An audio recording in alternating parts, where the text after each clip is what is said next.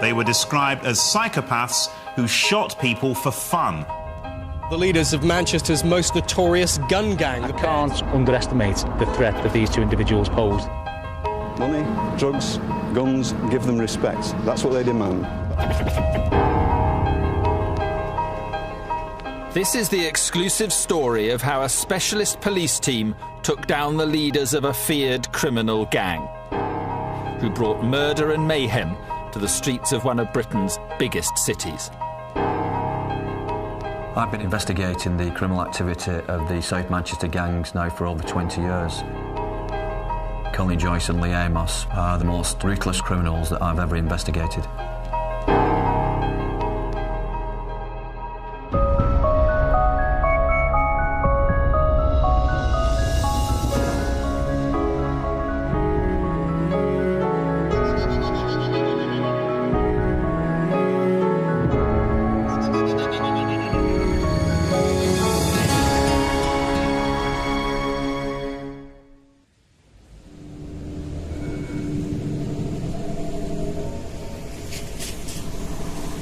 This is Manchester, a city famous for its football teams and its music scene.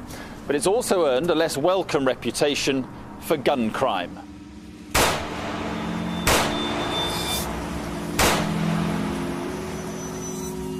In the past few years, Manchester has been blighted by weapons and by gangs. But a police investigation has transformed this city and smashed the gun culture. The investigation would lead to a remarkable trial, the most severe sentences in Manchester gangland history, and a unique and controversial publicity campaign. This is the story of how Greater Manchester Police brought down the Gooch Gang. Rod Carter is part of Greater Manchester Police's Specialist Excalibur unit, set up in 2004 to tackle Manchester's gangs, many of which operate in the inner city area of Moss Side. Excalibur was needed because too many young people were dying on the streets. OK, we're on Westwood Street in Moss Side now. It's been a hive of gang activity over the years. Just at the junction here, a man by the name of Raymond Pitt was sat in his car when he was shot and killed.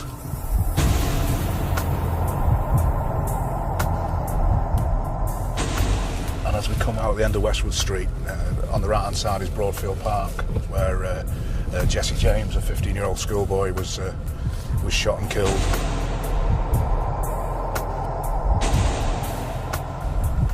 If you look to your left, you'll see Alvino's Takeaway, where Benji Stanley, another schoolboy, was shot and killed.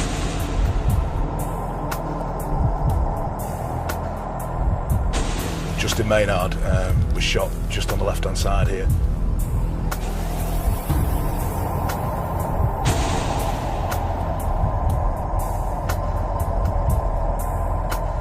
Gun crime became so commonplace in Manchester that the city was given a new name by the press. These were violent streets where hooded gang members began wearing body armour under their tracksuits. And gang battles were fought out on hospital corridors. I can remember speaking to a gang member who was 14 years of age, and he told me that he'd taken every drug that you could think of and nothing gave him a high like shooting somebody. Much of the conflict centred around the Alexandra Park estate in Moss Side. The west of the estate was the turf of the Gooch Gang, centred around Gooch Close, which was to become one of the most notorious streets in Britain. The Gooch Gang's bitter rivals were the Doddington from the other side of the estate. For about 18 months, both groups coexisted quite peacefully, really. But there was a shooting in March 1991, and since then there's been in excess of 24 murders. The violence presented Greater Manchester Police with the biggest challenge they'd ever faced. Detective Chief Inspector Steve Eckersley was the man assigned to bring the gangs down. The rivalry between the South Manchester gangs has been a significant problem for Manchester for over 20 years. They are involved in tit-for-tat shootings, serious woundings and homicides of mainly young black males. Top of the list of targets was the Gooch Gang.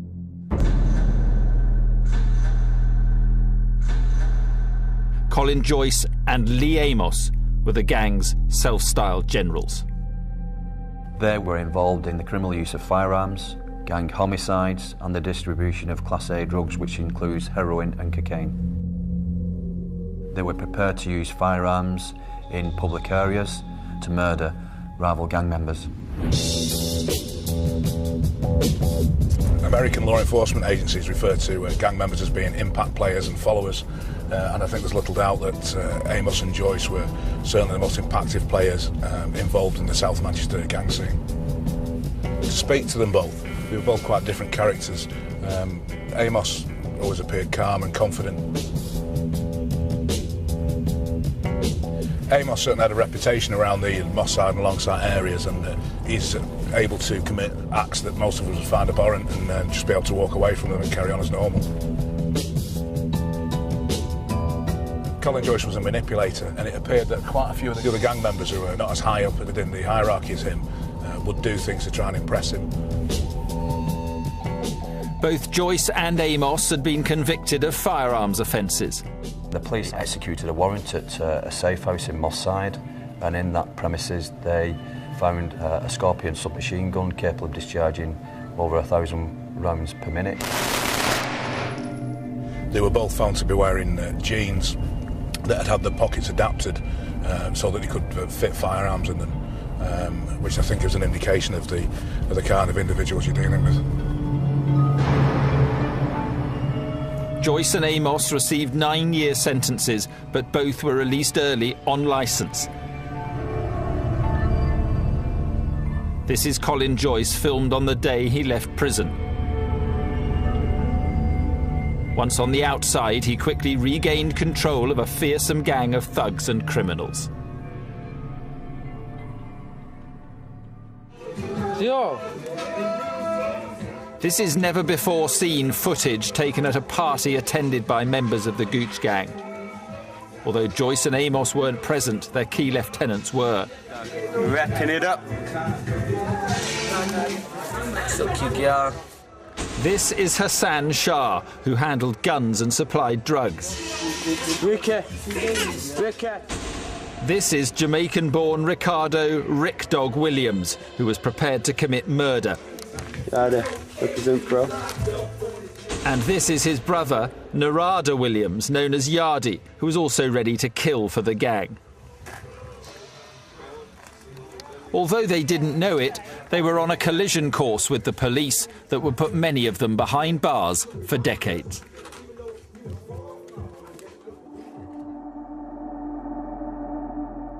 In the world of the Gooch Gang, respect was demanded, and even the perception of being close to a rival gang could have deadly consequences. Yukal Chin was loosely associated with the Longsight crew, an offshoot of the Doddington Gang. But it was enough to make him an enemy of the Gooch. Yukal would be gunned down in a merciless attack. In a hospital bed, with blood all on his clothes. That's the last thing I seen of my brother.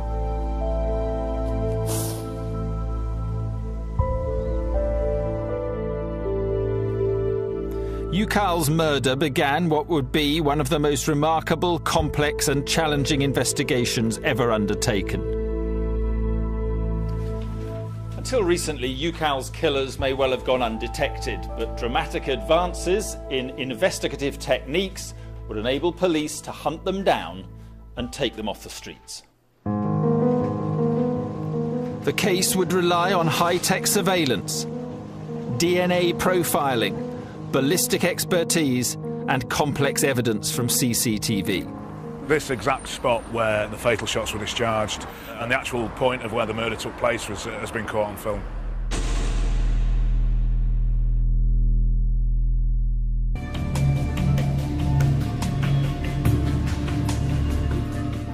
Colin Joyce and Lee Amos were the leaders of the Gooch Gang, one of the most violent gangs Manchester has ever known.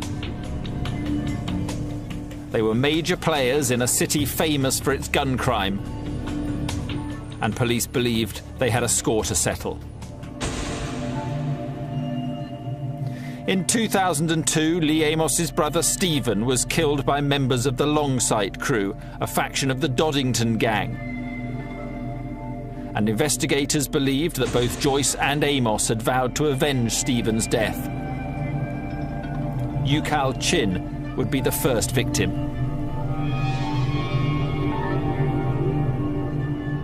Father of 2 young children, G.C.O.G was loosely associated with the Longsight crew, but he was trying to move away from gang activity and turn his life around.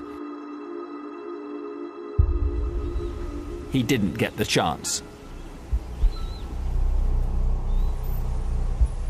Just before 7 p.m. on Friday, the 15th of June 2007, G.C.O.G was driving a red Renault Megane towards the city centre along Anson Road, Longsight. Seconds after he passed through the junction with Dickinson Road, a silver Audi S8 pulled up alongside the vehicle and discharged 7 shots into the red Megane.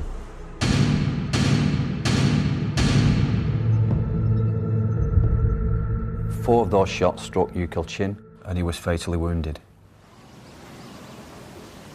I was in work and then I showed him his girlfriend's phone and said, "They shoot you, call." And then the second time they phoned, I said, don't tell me, because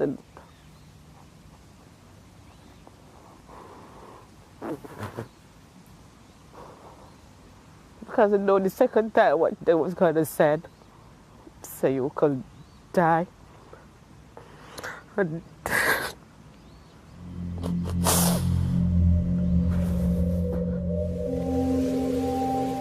the shooting took place on a busy main road in broad daylight, and a massive police investigation began, led by Detective Chief Inspector Janet Hudson. We had no witnesses who'd seen the identity of the person who pulled the trigger or a driver. We didn't get the full registration number of the vehicle. We didn't recover the gun from this incident. So when you start to break it down to how am I going to detect this job, it's very difficult.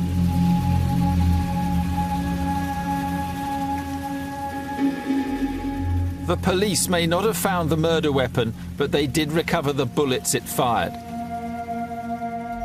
Ballistics experts at the Northern Firearms Unit got to work. Seven bullets were recovered from this scene, of which 4 were determined to have hit G.C.O.G. Experts suspected that the bullets had been fired from a Russian-made Baikal pistol. In order to confirm this, they test-fired a similar weapon.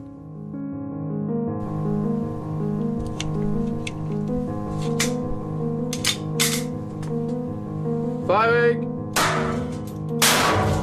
Firing! One bullet from the murder scene was examined alongside another one recovered from the test. And the rifling marks left as the projectile leaves the barrel were compared. They matched completely. This confirmed that the rifling marks were from a Baikal. The murder weapon that had been used to assassinate G.C.O.G was one that the Gooch Gang were very familiar with. In 2007, the Baikal was the weapon of choice by the Gooch Gang. It was a weapon that was readily available and they could be purchased for a couple of £100. Detectives now knew the type of gun used in the murder and the fact that this was a popular weapon with the Gooch Gang.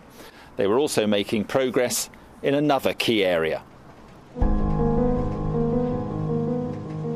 Closed-circuit television systems did not exist 40 years ago, but now they are a vital weapon in the fight against serious crime.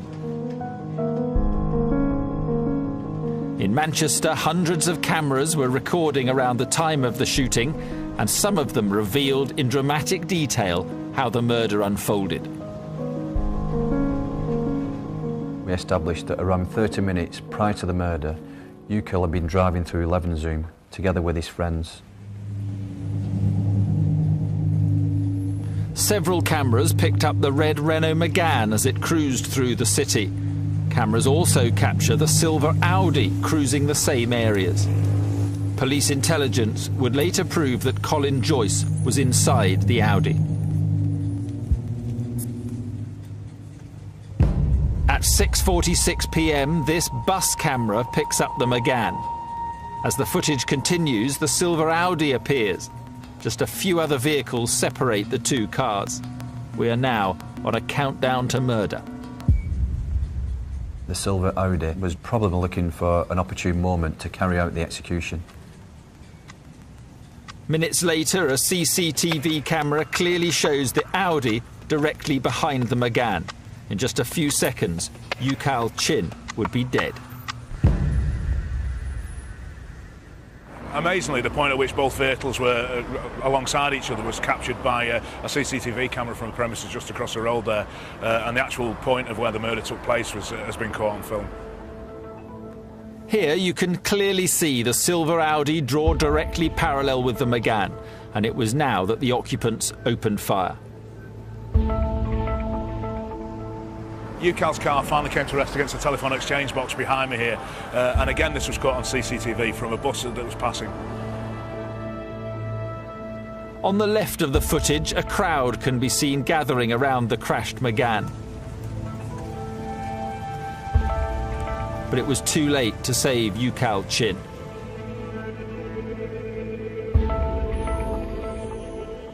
When I go in the hospital, he was laying on the bed. I see his feet as reaching, and I was there over him, hugging him, but they cried.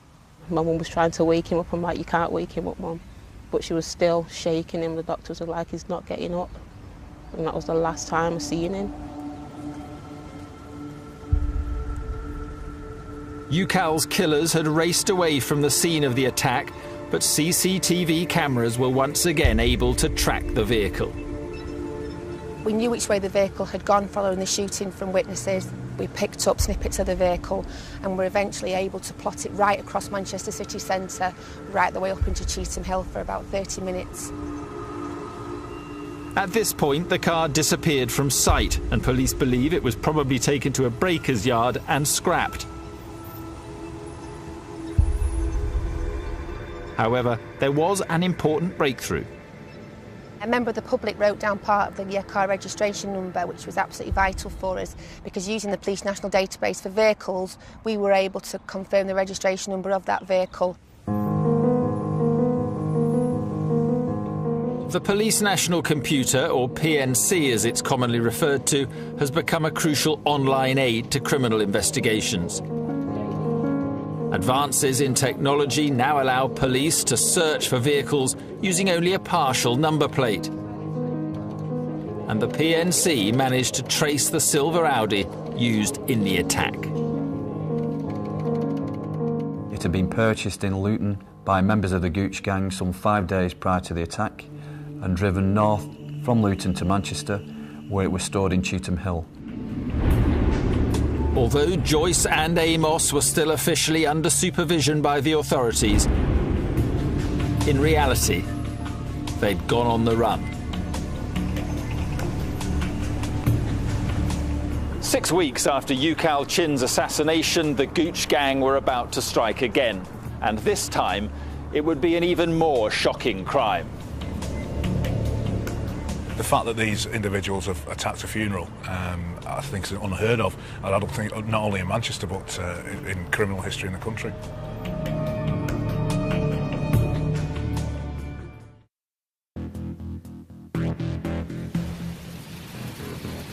G.C.O.G was shot and killed in June 2007 as he drove his car through the streets of Manchester. 6 weeks later, his family finally got to bury him. And in the evening, people began gathering outside G.C.O.G's house for a wake, which would itself end in death. Among the mourners were several members of the Longsight Crew and Doddington gangs. Colin Joyce and Lee Amos, the leaders of their bitter enemies, the Gooch Gang, knew they were there. I don't think there was any doubt that both Lee Amos and Colin Joyce hated members of the LSC and Doddington and those opposed to the Gooch, and the fact that there had been 80 to 90 people gathering in such a small location here, amongst which there would have been several gang members, was too much of a target for them to miss. Just before midnight, the Gooch Gang made their move. 2 to 3 vehicles came on from this direction and came towards the junction here, where they stopped and shots were discharged into the group of people. There was people outside screaming, and they was pushing each other to come in the house, and they say, "They shoot Tyrone." I said, "No, not Tyrone, not Tyrone."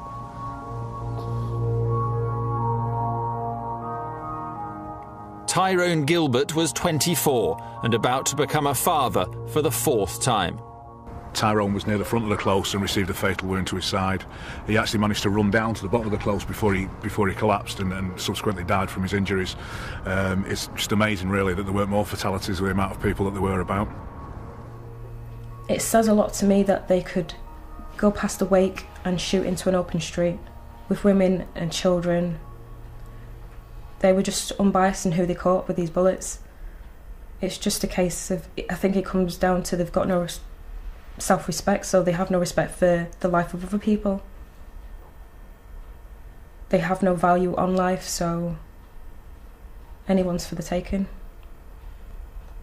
Detectives now had a second drive-by shooting to investigate, and they needed to move quickly to prevent any more bloodshed. CCTV evidence would again prove vital. It showed the murder vehicles moving into position on the night of the shootings. You can only imagine what the adrenaline must have been like in those cars as they came on to attack the funeral, knowing what they were going to do. The vehicles used in the murder included a Honda Legend and a blue Audi S4. Intelligence proved that both Lee Amos and Colin Joyce were together in the blue Audi at the time of the murder of Tyrone Gilbert. Both vehicles fled the scene and the Audi was never seen again. But police did recover the Honda Legend. It had been abandoned 2.5 miles away in Burnage. This is the car that the killers fled from, now stored in a police compound in Manchester.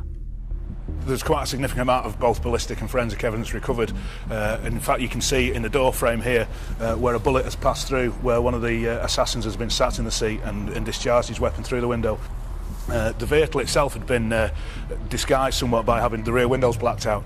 Some of this material has been removed now in an attempt to recover fingerprints. The rear window is still blacked out, however. Quite a lot of the evidence within the vehicle was key in securing convictions on a number of the individuals who stood trial with Joyce and Amos. Police were about to get their next major breakthrough in the investigation. A balaclava was found snagged on barbed wire near the scene of the abandoned Honda Legend. Officers now turned to forensic science in their efforts to solve the case. The Forensic Science Service assists over 120,000 police cases every year. Often it is a forensic scientist working diligently out of the spotlight who provides the crucial pieces of evidence in an investigation. And the recovered balaclava certainly held some secrets. Being a balaclava, there's a high likelihood of saliva being transferred from the person wearing the balaclava. We test for the presence of saliva using a test paper which will change colour from white to blue.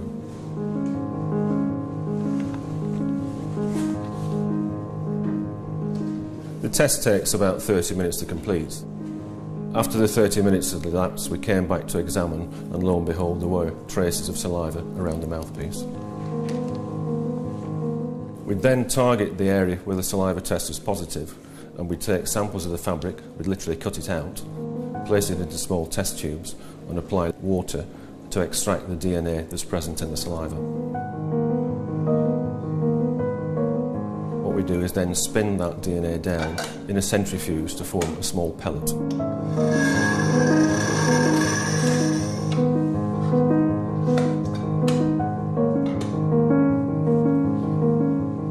The pellet extracted from the balaclava was sent off to be analysed at the National DNA Database in London.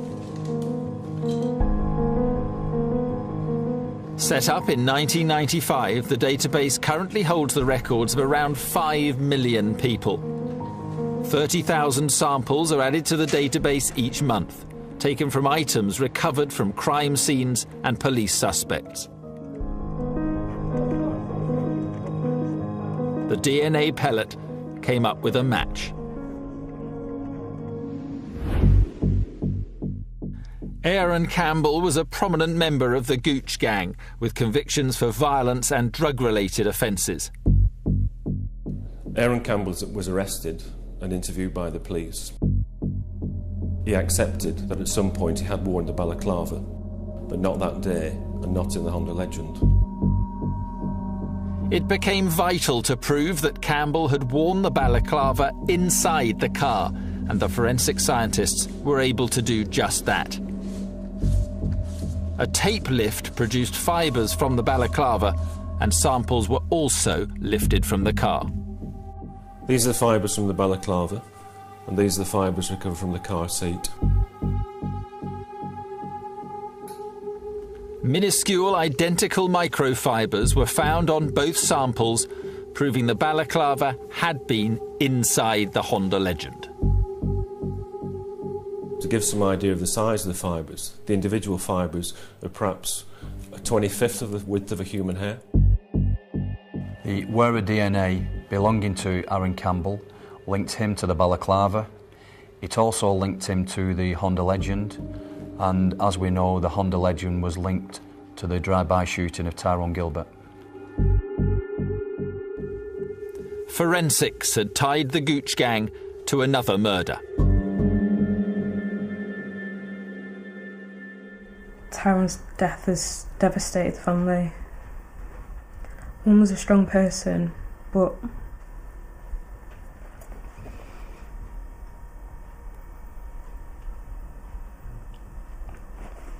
a mum shouldn't have to bury her son. The Gooch Gang had destroyed another family. But cracks were starting to appear and the police were closing in. Ballistics experts were about to add to the weight of evidence mounting up against the gang. First, they were able to identify the murder weapon used to kill Tyrone Gilbert. This is the actual bullet that killed Tyrone, recovered during the post-mortem. Once again, microscopic analysis revealed its source. The bullet recovered from Tyrone Gilbert was fired from a revolver similar to this Colt revolver here.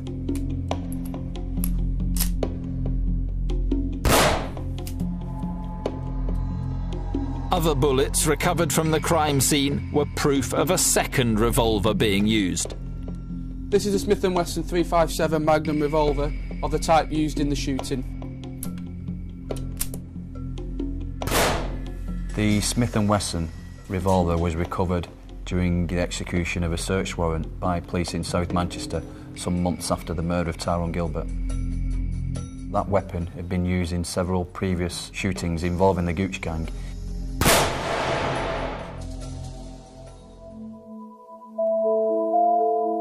Colin Joyce and Lee Amos were on the run, but they and the rest of the Gooch Gang were now having every aspect of their lives investigated by officers. And police now found evidence linking Joyce and Amos to the second murder vehicle, the blue Audi S4.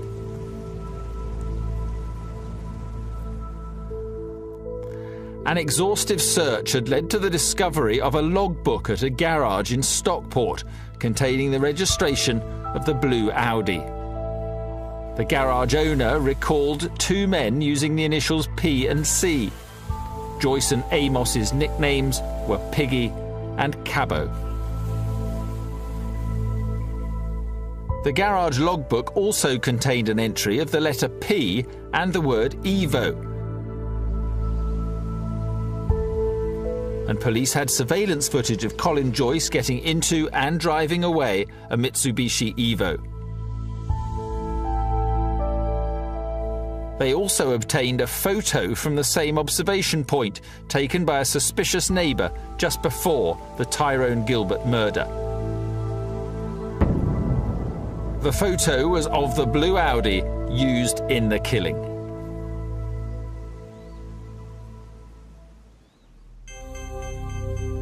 The evidence against Joyce, Amos and the rest of the Gooch gang was substantial, and one by one, they were all arrested.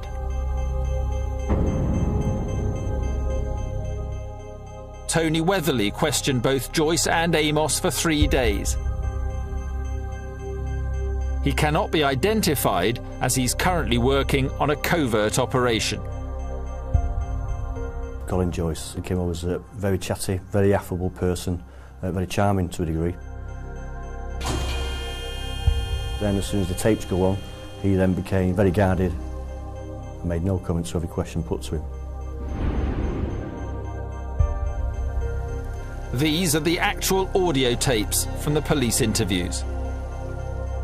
On the 15th of June this year, a male called G.C.O.G was shot in Anson Road in Longside. What can you tell me about that? No comment. It was clearly put to him that this was a planned attack. He had seen G.C.O.G driving the vehicle and that he was responsible for pulling the trigger. His vehicle that he was driving was purposely run off the road. He was targeted. Why would he be targeted? No comment. Joyce was equally uncooperative when questioned about Tyrone Gilbert's murder.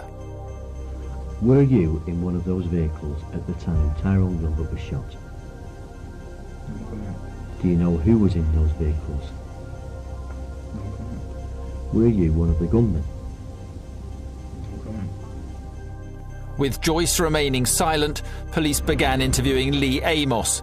Would he crack under the pressure? What, if any, involvement did you have in the murder of G.C.O.G? Lee Amos just remained completely silent throughout the entire process. He sat and stared at a piece of paper on the desk for 3 days. Where were you at the time that Tyrone Gilbert was shot dead? There was no reaction from him at all, no facial expression from him, other than at the point where I asked him to discuss with me the murder of his brother. I know that in 2002, in February 2002, you had a brother, Stephen, who was shot and murdered in Ashton-under-Lyne. Is that correctly? At that point, there was a reaction from him. He was clearly uncomfortable in discussing that with me. And we have information and know that you swore revenge upon those who were responsible. What can you tell us about that?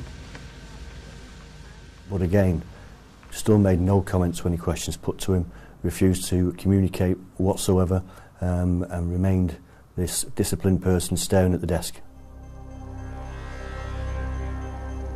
Joyce and Amos's silence didn't help. They were both charged with murder. In an attempt to reduce the risk of witness intimidation, the decision was made to hold the trial 35 miles away at Liverpool Crown Court, and it would prove to be one of the most remarkable trials ever witnessed. Well, you couldn't write it, could you? You couldn't ever expect that that was actually going to happen.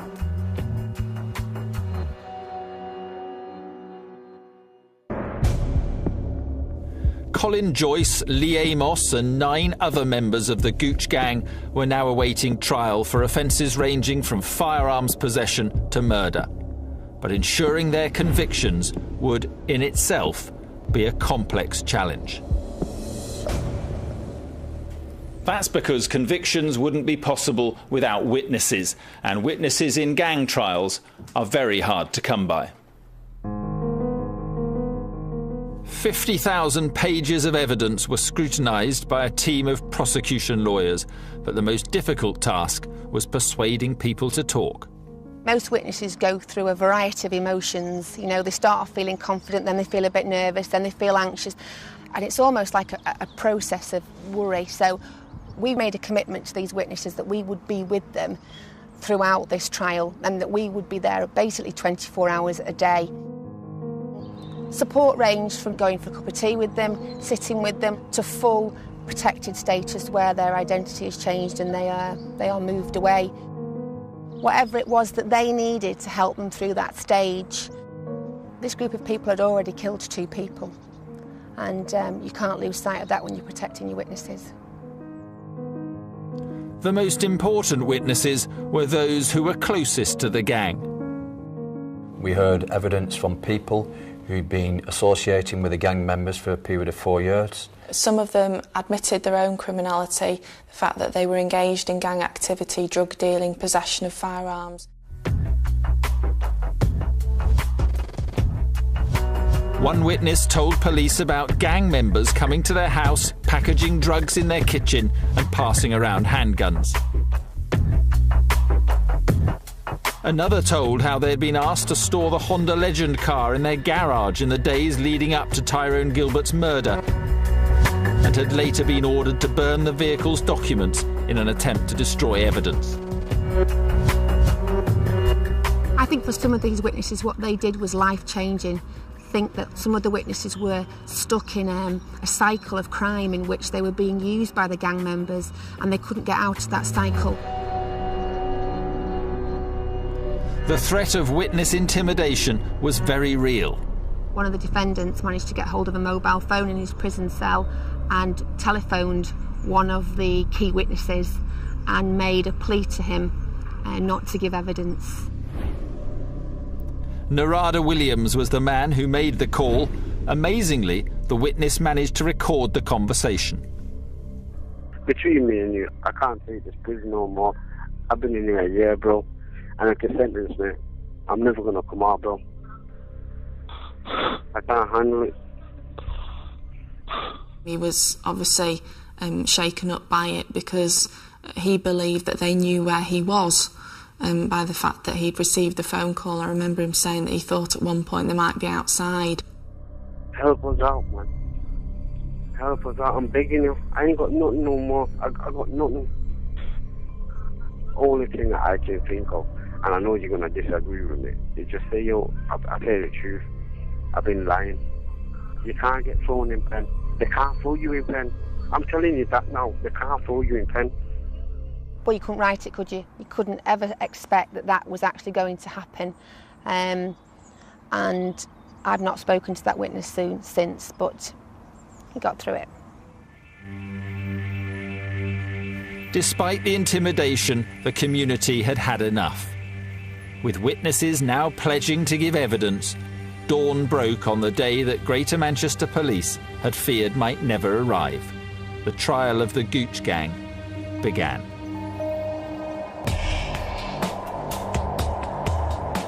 In September 2008, a heavily guarded prison van set off from Manchester across the M62 to the Crown Court in Liverpool.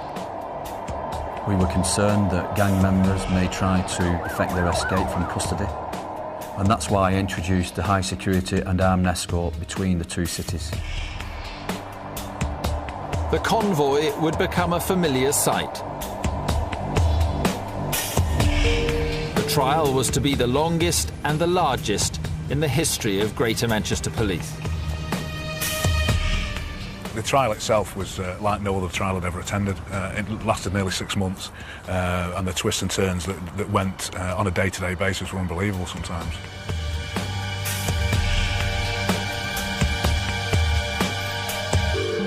The atmosphere was electric. I recall it very well. There was over 100 people in the court itself. We had everything from anonymous witnesses to people whose voices were disguised, screens for many. We had covert routes in and out of the court. We had all kinds of things in place. The gang caused upset from the start. They shouted abuse to witnesses, shouted stuff to the prosecution. They didn't have any respect. They love to see people acting weak around them. They like to feel the power. Every day is like something inside burning up. To see they just sit there laughing. It was like a playground for them. The intimidatory tactics failed.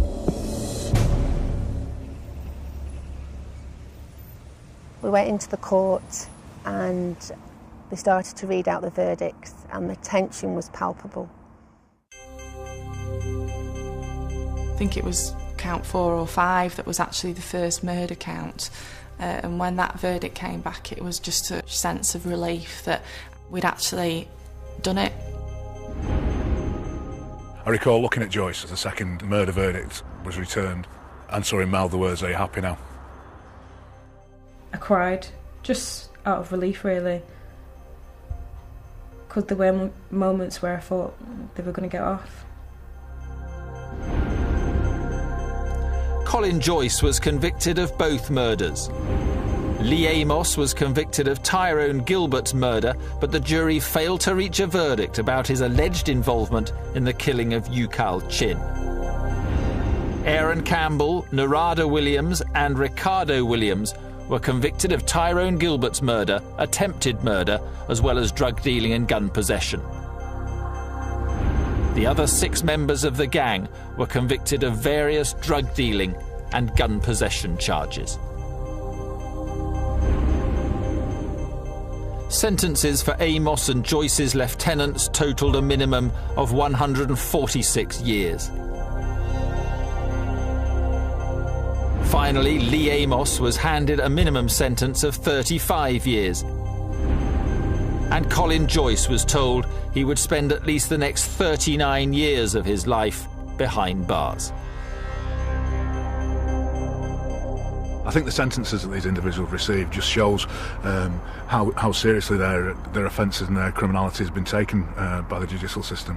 I mean, the fact that they've both got longer minimum recommendations than Peter Sutcliffe got says something. So long were the sentences that Greater Manchester Police went to extraordinary lengths to publicise them. Ageing posters were made showing how Joyce and Amos could look at the end of their sentences, and they were plastered on billboards all over the city. It was a defiant message to the community and to Manchester's criminal underworld that gangland behaviour would not be tolerated. Although the sentences were huge, they didn't bring an end to the suffering. They can still hold their brothers, their sons' hands, give them a kiss goodbye, see you tomorrow, see you next week. We can't do that. We have to kiss a headstone to give him a kiss. That's what hurts the most, that we have to come here to see my brother. Sometimes touch his picture and say, "Son, I love you and I miss you. Why do you leave me?" The pain will be always there, always. You never leave me.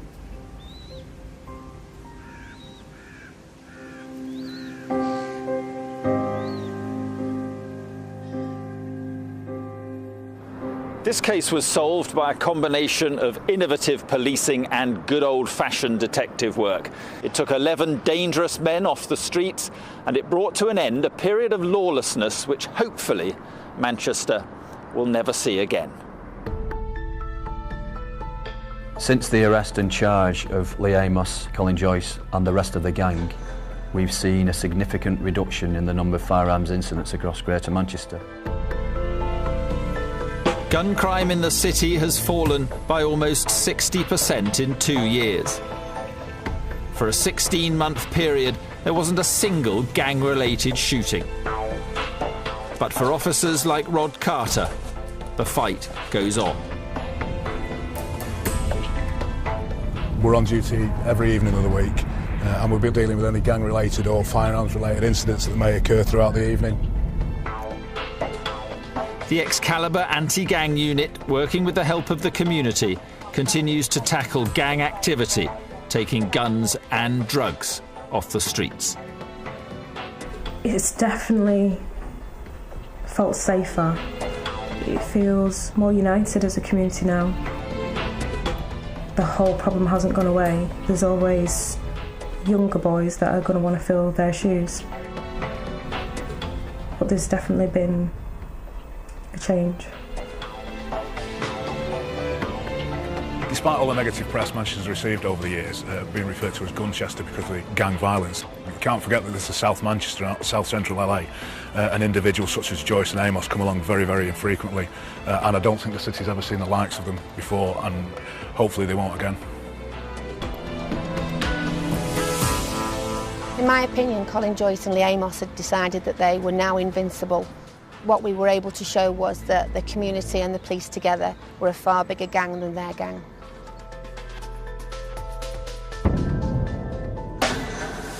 Well, it's very, very hard and it is freezing, but they are battling on courageously.